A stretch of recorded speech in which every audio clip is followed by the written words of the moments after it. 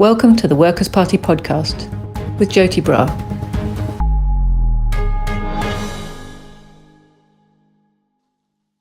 Hi, welcome to this Workers' Party of Britain interview. We are very, very lucky today to be talking to Cuba's ambassador to Britain and Ireland. She is Bárbara Montalvo, and she is here to share with us some of what's been happening in Cuba over the last while since we've had a chance to have contact before.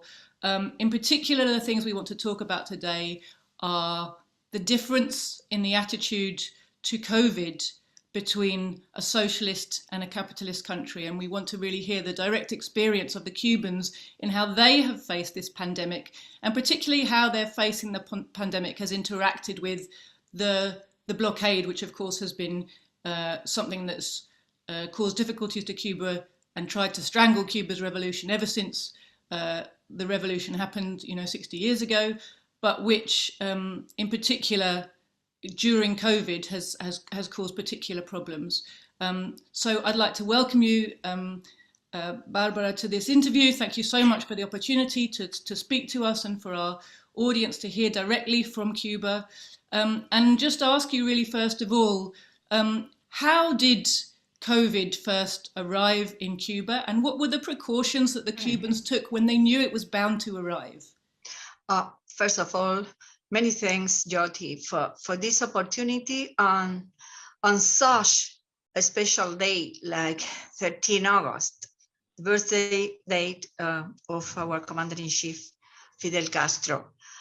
It is impossible to talk about Cuba's fight against COVID-19 without mentioning Fidel's role in the development of the biotech, genetic engineering, and science in general in Cuba, based on the principle that our main national research was the human capital.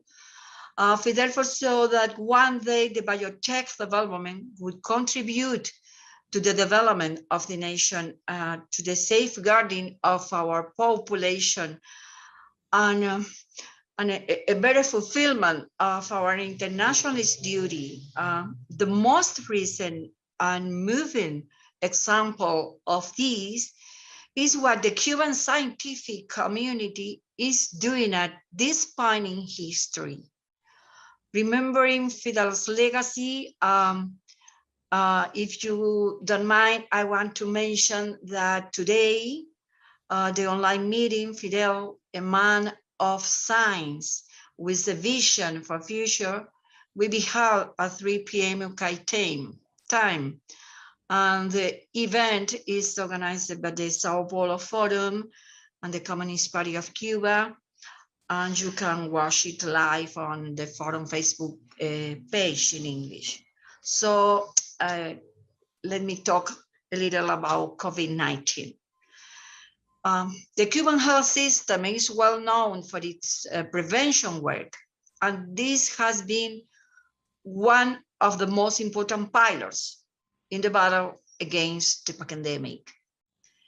Our authorities reacted quickly to information from China about the coronavirus at the beginning of last year.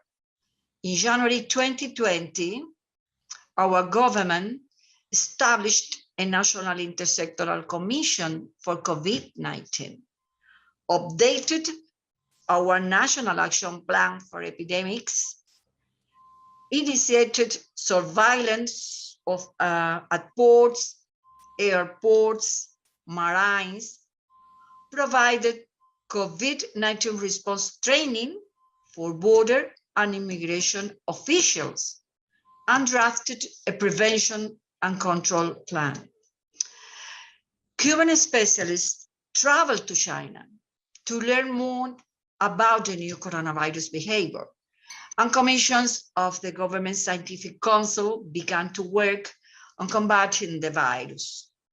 Throughout February 2020, medical facilities were reorganized and staff training to control the spread of the virus domestically. In early March, a science and biotech group was created to develop treatments tests, vaccines, diagnostic kits, and other equipment. All of this was done before the virus was detected on the island. From 10 March, and both travelers were tested for COVID-19. And shortly after, we developed a health protocol in which social distancing and the use of facial masks, which has remained in force for all activities. In Cuba, all contacts were moved to isolation centers where they remained for 7 days and only returning home after a PCR test. All suspected and confirmed patients, symptomatic or asymptomatic, were admitted to hospitals. They all received medical treatment for 7 days, and a hospital discharge was granted after a negative PCR test.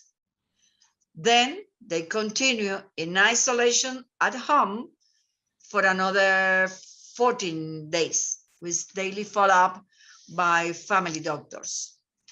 The public health system, Cuban public health system, together with biotech industries, work together to guarantee the medical treatments. Prophylactic and therapeutic interventions were carried out in Cuba, 17 of them with national products. And since the beginning of this year, the situation is different. We have been facing a second wave of the pandemic. This is not a specific problem of Cuba. Other countries also have faced it. New strains appear because during 2020, it was the Chinese strain, the main in Cuba, but later new strains appeared as Kent first, later South African, and more recently Delta, which is more contagious, and everyone knows the problem regarding this strain, after which the number of cases has increased exponentially since the beginning of June. Right now, we are in a second wave, and we are, of course, working on that.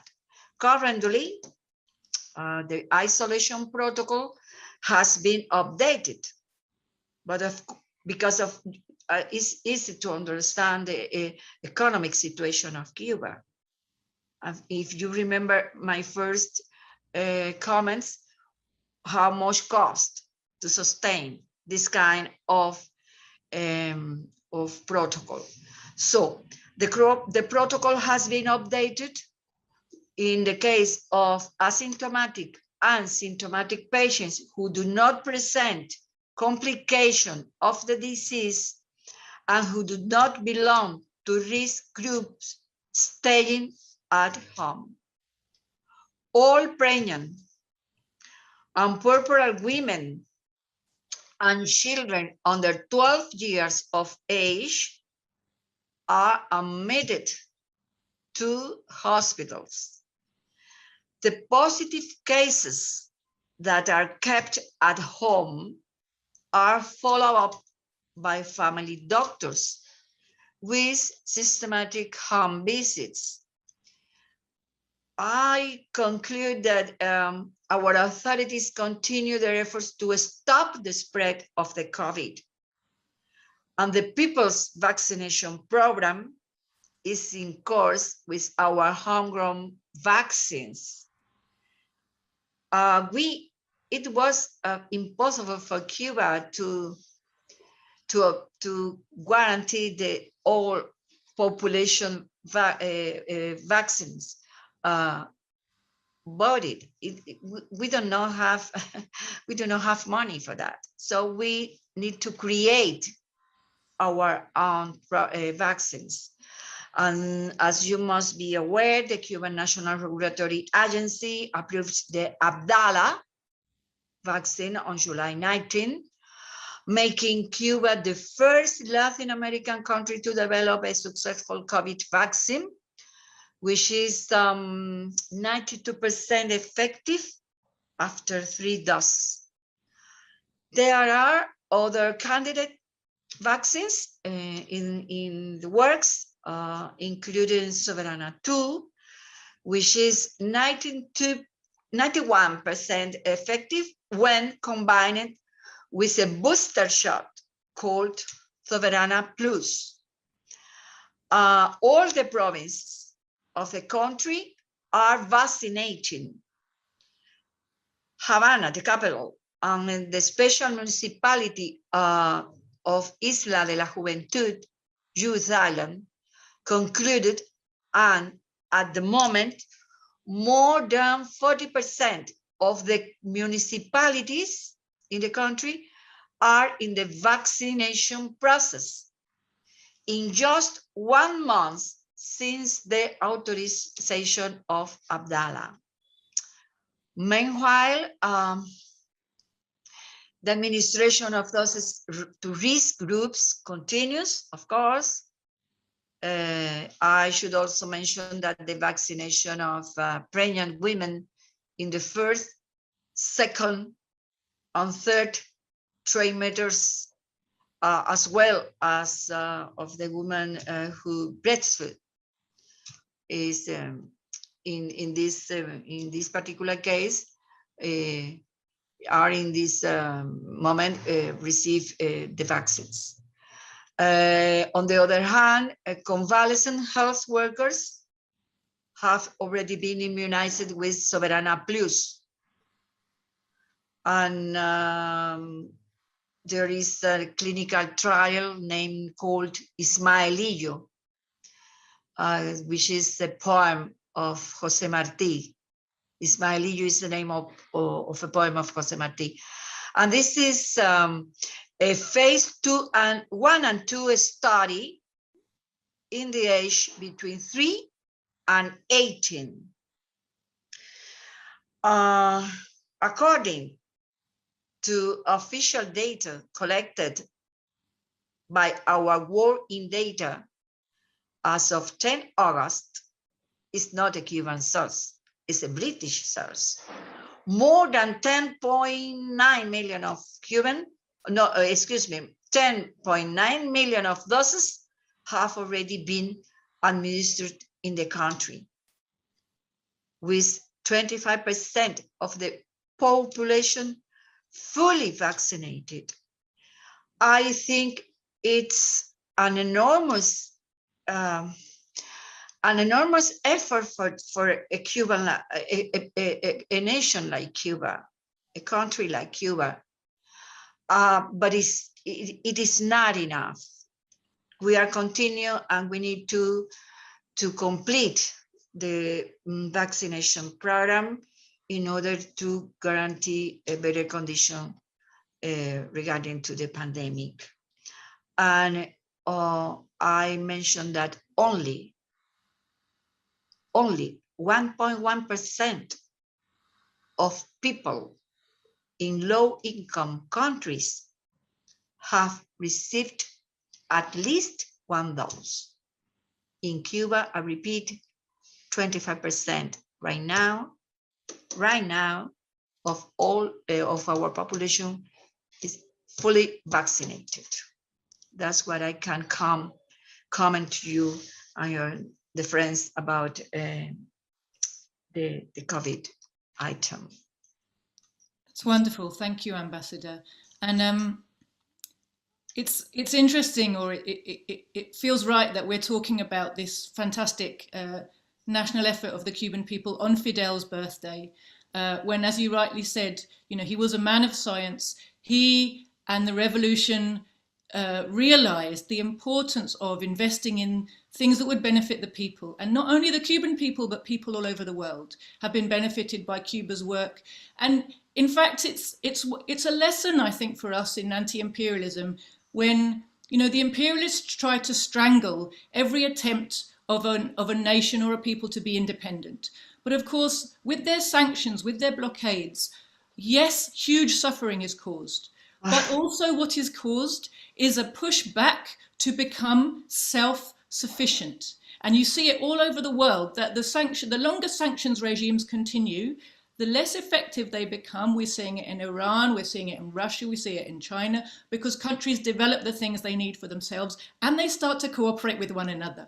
So we see, for example, that you have had fantastic help from China in understanding this disease before it got to you, and that you, of course, were open to sharing this information. China tried very hard to share its knowledge of COVID-19 with the world. The imperialist countries did not want to know, they did not want to benefit from China's experience, they did not want to admit that China could have something to teach them about treatment, about isolation, about protocols of any kind, whether it's social or medical. But clearly Cuba doesn't have these arrogant hang-ups. Cuba's happy to cooperate internationally, both receiving information and sharing information. And of course, that's to the benefit of your people and people everywhere. And the other thing that really struck me from what you were saying was, you know, this wonderful good to the world which is going to come, you know, once Cuba's people can be vaccinated. Of course, we know, as in so many other things, the Cubans are bound to share their hard-won knowledge and expertise with their neighbours in Latin America and with others in the world who can benefit from that. So do you have plans to try to help other countries to produce your vaccines and to use them? Yes, of course that Cuba, Fidel always focus a very important principle. He said, Cuba, people of Cuba, we have a doubt with the human being. We receive too much from others.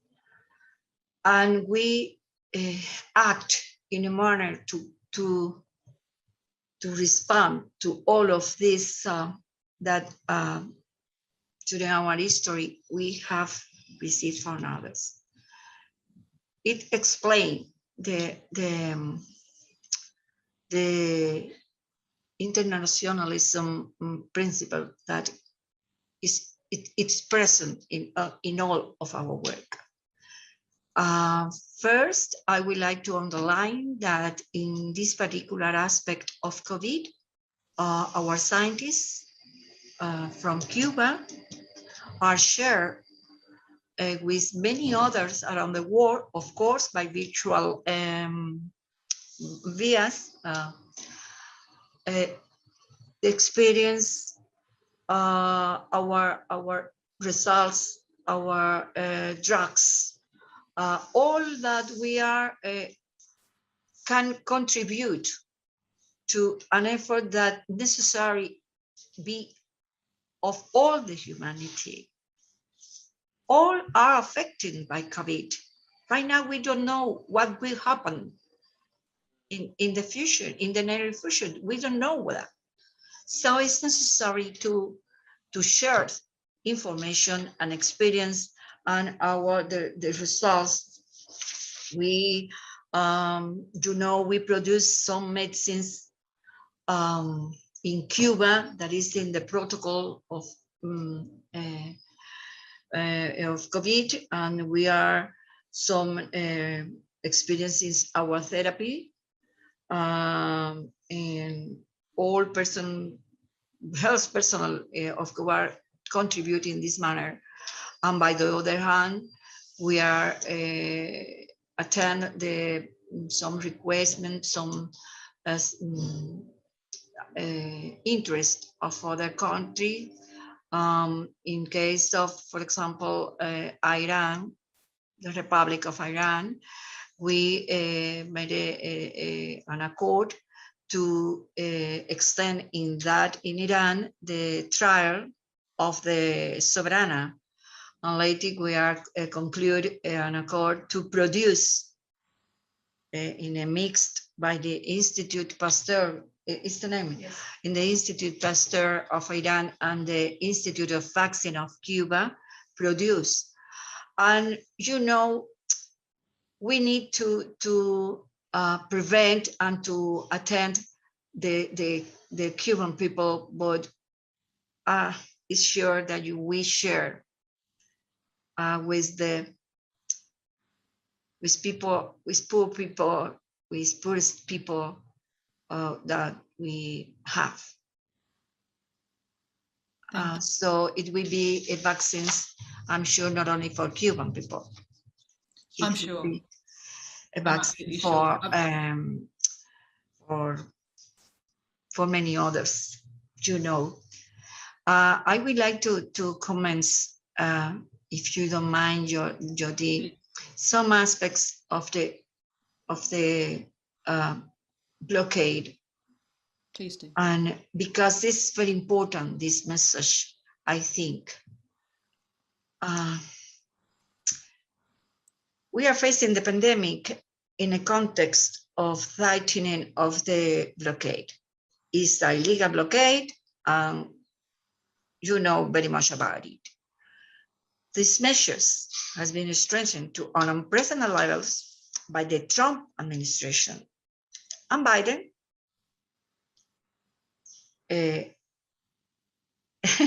have nothing about it. Any change is the same.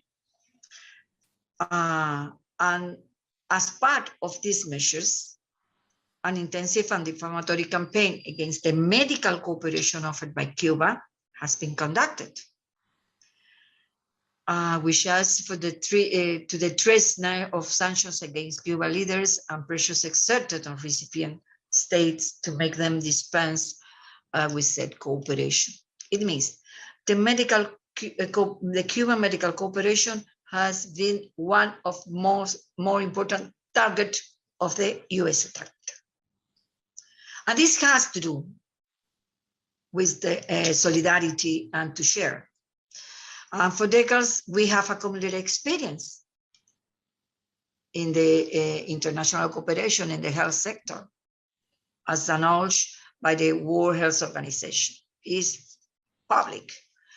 And we have responded to cooperation requests, because so far, 57 brigades of healthcare professionals have been sent to join the nations and local efforts of 40 countries to combat COVID.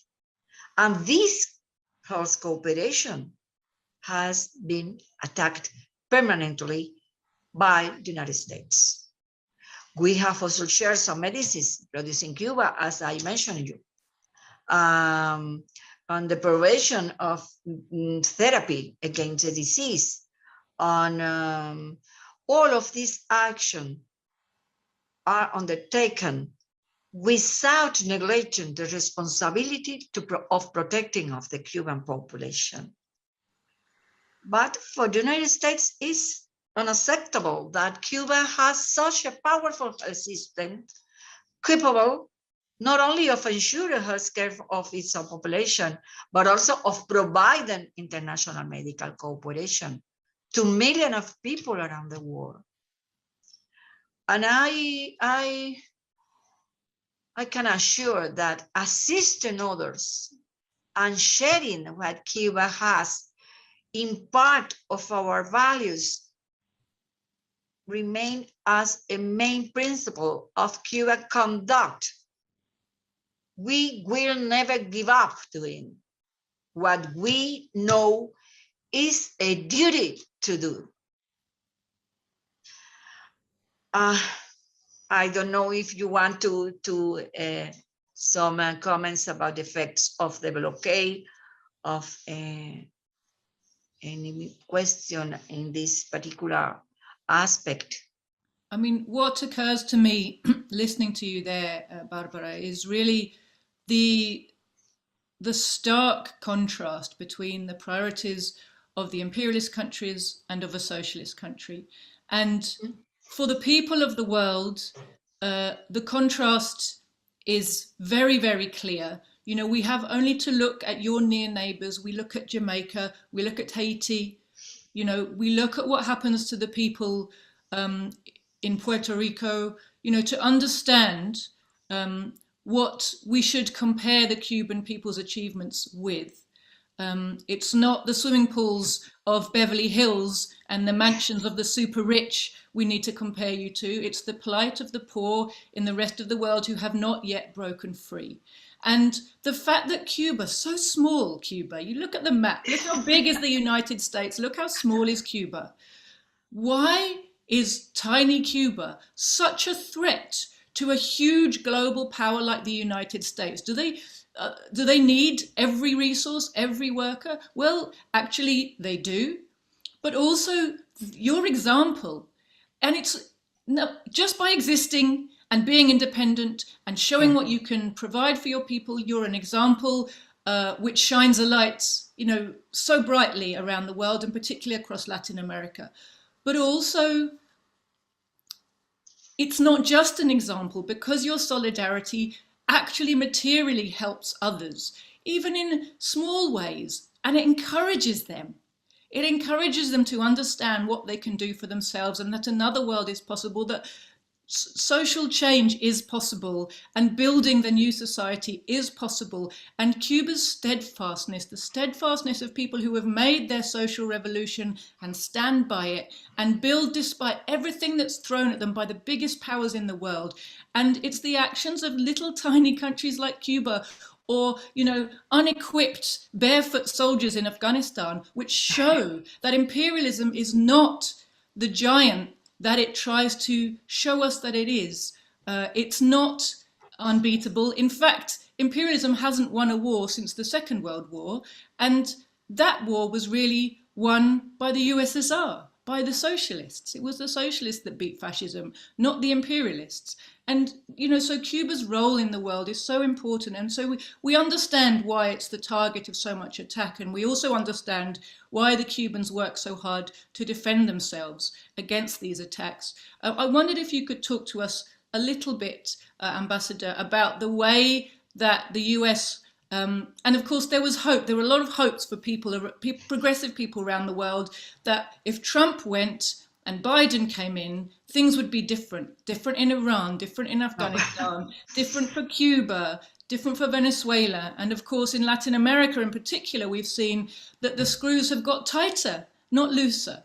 You know, we're not seeing any change in the rhetoric of this new administration, you know, new face, old face. It's the same system in power, and the same ruling class with the same agenda, and that seems very clear. But I wondered if you could talk to us a little bit about the way that the USA has used its economic power to try to stir up social unrest during this really difficult time. Let me comment that during Trump's administration, because the present situation is a consequence of the last 5 years, for example.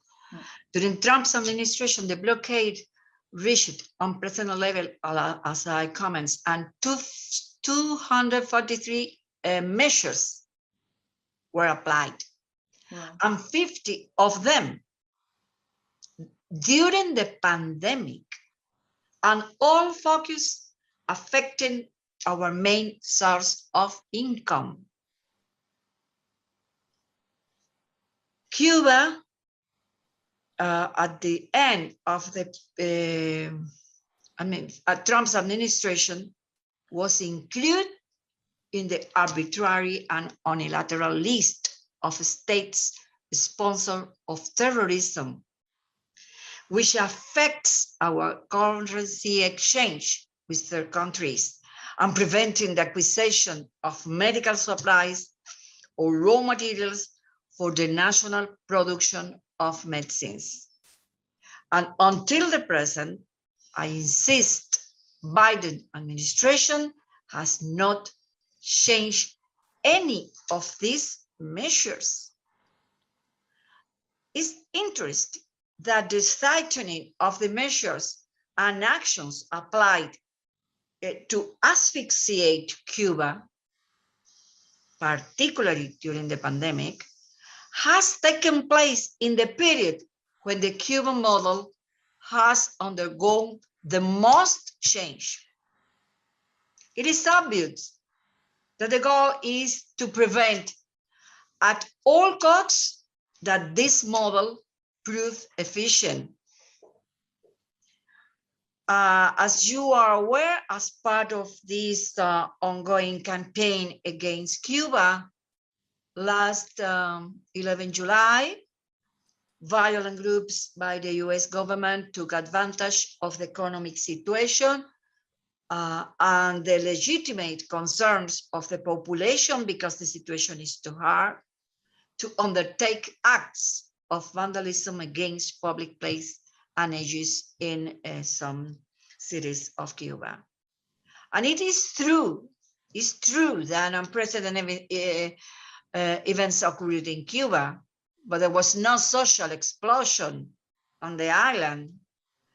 And in the previous weeks, an intense political communicational operation was developed by a large media and intoxication platform in which digital networks played a leading role in creating and encouraging an environment of confrontation, hatred, and violence against Cuba. It is important to highlight that SOS Cuba was not a level created in Cuba. It is not a movement generated in our country. An unconventional war is being waged against Cuba in this form of a soft coup. We have proof, and we presented this information and this proof to public. But despite the efforts of the sponsors of those operational, communicational, and political operation, the rupture of the constitutional order was not achieved on the island. The people, united with the wide consensus of the majority, vast majority of Cubans, prevented. At the present, the country remains calm. Internal order was soon achieved, and we continue to work because we have many things to do and many things to resolve and try to survive and to advance in the blockade conditions. But because the blockade, unfortunately, would not lift in a next period, in the next year. From my point of view, it is impossible. So we need we need peace to work in those hard conditions, and we need to respect our right to prioritize our goals and provide a better conditions to the Cuban people. We have problems, and we resolve our problems ourselves. But the main obstacle to our development and to the better behavior of our economy, of our life in a general sense, is the blockade. Is a fact. And by the other hand, in the USA, the most advanced capitalist economy in the world, 11% of Americans live in poverty. 22% live in the substandard housing. 41% cannot afford healthcare. Well, the US administration should worry about solving their own problems. Millions of US citizens need an SOS. And the US administration should decide the policy on Cuba based on the national interest of the United States and the mutual benefits of a normal relationship, not on electoral interests. I think we are finishing, so I would like to finish with this a perception. It's not a perception, it's more than this, it's through a lesson. Fidel does not leave us a book, a catechism, or a collection of slogans, but masterly synthesis of the thought about what the revolution is, what it should always be, what principles it cannot abandon. He described it in all its dimensions. In redemptive, historical, moral greatness. And it also talks about how men and women who carry it forward should behave. And thus, those are the men and the women who will conduct the necessary transformations and defend our revolution. And we will never surrender. Never. Frankly speaking, I'm sorry if I was a little, I don't know, moved, but this is what I felt really at this moment in this very special. As you understand, Joti, Fidel is at this moment more present than ever in Cuba. Ambassador, thank you so much. And you know, Fidel is yours in particular, but he is ours also. Fidel belongs to humanity, as all the leaders of the socialist movement belong to humanity, because they are helping us to go forward to a future which actually serves the masses, serves humanity, preserves our planet, enables us to live in dignity and freedom. And you know, when Cuba is standing today as such a shining example of what is possible despite everything the imperialists put in your way, you show us what humanity is, what solidarity is, what freedom really looks like.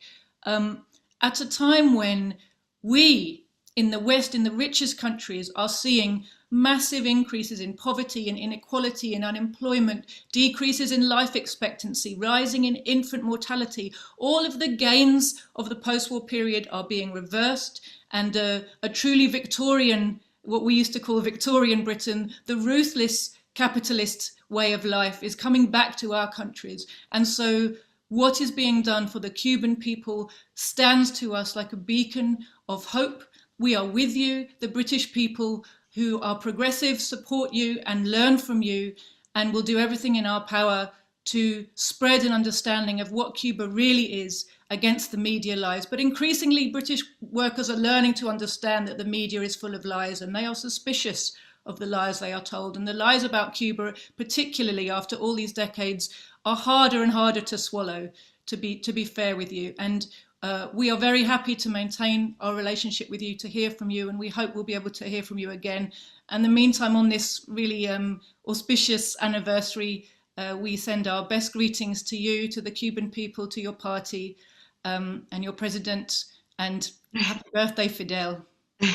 Thank you, Joti. A huge and the expression of my profound gratitude on behalf of the Cuban people to, I know how many British citizens from different political and ideology has beside our people.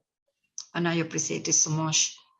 And for the Cuban of the party, my best wishes for the future and the best for you and for your family. Please. Thank you, Ambassador. Bye. I hope we'll be able to do this again soon. Okay. Ciao. Thank you.